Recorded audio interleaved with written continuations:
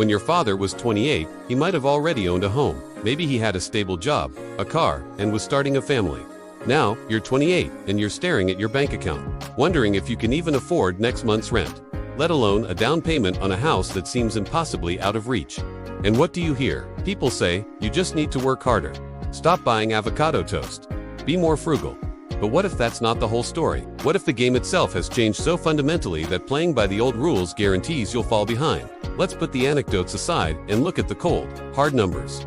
Back in the 1980s and 90s, the world your parents entered as young adults was a very different economic landscape. A single median income earner could often afford a median-priced home. The average cost of a house in the U.S. in 1980 was around $47,000. The median household income was about $17,000. That's a ratio of roughly 3 to 1. Today, the median home price is well over $400,000, while the median household income is around $75,000. That ratio has exploded to nearly 6 to 1, and in many major cities, it's over 10 to 1. Housing now regularly consumes half or more of a young person's income, and it's not just housing. Think about education. A college degree was once a reliable, affordable ticket to the middle class. In 1980, the average annual tuition at a 4-year public university was about $2,000 in today's money. Now, it's over $10,000, and that's just for public in-state tuition. Private universities are often 5 or 6 times that amount. This has forced an entire generation to start their careers saddled with staggering student loan debt, a burden their parents simply didn't have to face on this scale. Healthcare was also far more manageable. Insurance premiums were lower, and out-of-pocket costs didn't threaten to bankrupt you.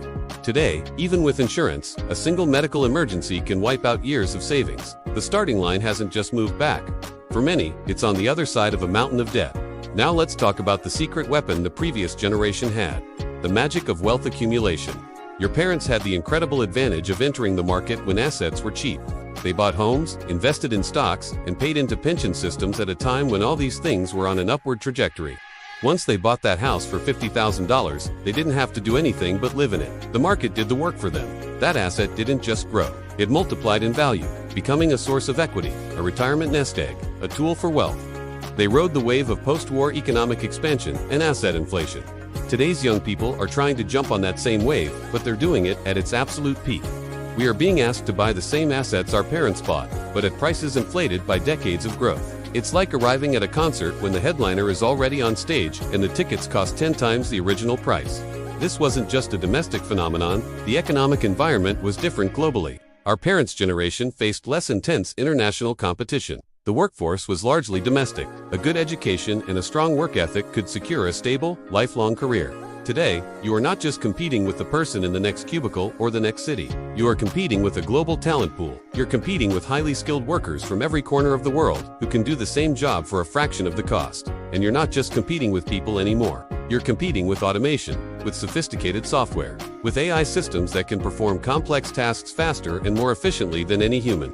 This relentless pressure from globalization and technology keeps a lid on wages. Even as productivity has soared over the last few decades, most of the financial gains have gone to corporate profits and shareholders, not to the workers. So you're working smarter and harder, but your paycheck doesn't reflect it. On top of all this, we are living in a culture that has normalized and even glamorized debt.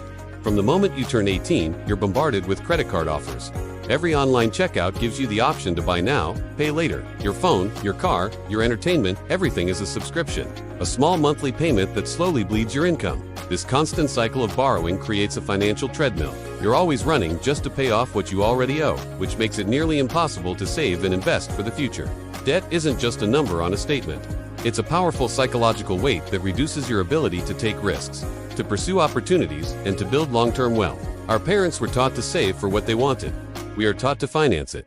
This is why, even when you see headlines that say inflation is slowing down, it doesn't feel like things are getting better. Because a slower rate of increase doesn't change the fact that the base price of everything is already astronomically high. A 3% increase on a $400,000 house is still $12,000. A 3% increase on a $50,000 house was only $1,500. The damage from years of explosive price growth is already done. This means young people are starting their adult lives in a fundamentally weaker financial position, with significant debt from education, without the assets that build wealth, and in a volatile and hyper-competitive job market. This creates a permanent delay. You get married later. You buy a house later. You have children later. Each milestone is pushed back, creating a domino effect that impacts your entire life's financial trajectory. So, is this a permanent state of affairs? Is this generation simply doomed to be worse off than the last? Not necessarily. But it does mean the old playbook is obsolete. The traditional path of getting a safe job, working for 40 years, buying a house, and retiring with a pension simply doesn't exist for most people anymore. The new path requires a radical shift in strategy. It's no longer about just getting a job. It's about constantly acquiring high-value skills that are resistant to automation and outsourcing. It's not just about buying a house. It's about finding creative ways to acquire assets, whether that's through investing in the stock market, starting a side business, or exploring digital assets. And it's not about having one stable job. It's about building diversified income streams so that you're not reliant on a single employer. We are living in a different era, and a different era demands a different playbook.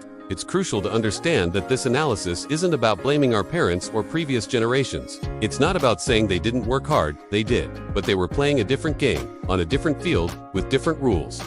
It's about recognizing the massive structural shifts that have occurred in the global economy over the past 40 years. They had the wind of asset inflation at their backs, pushing them forward. This generation is running into the headwind of peak prices and global competition. The effort required to move forward one foot is now 10 times what it was before. Understanding this reality is not an excuse for inaction. It's the necessary first step toward developing a new strategy for success. We cannot solve a problem we refuse to define correctly. So, the next time someone tells you that you just need to work harder, you can know the truth. Your parents didn't just work hard. They entered the market at a different time. And in economics, as in life, timing is everything. Thank you for watching. If this resonated with you, consider subscribing for more content that explores the economic realities of our time.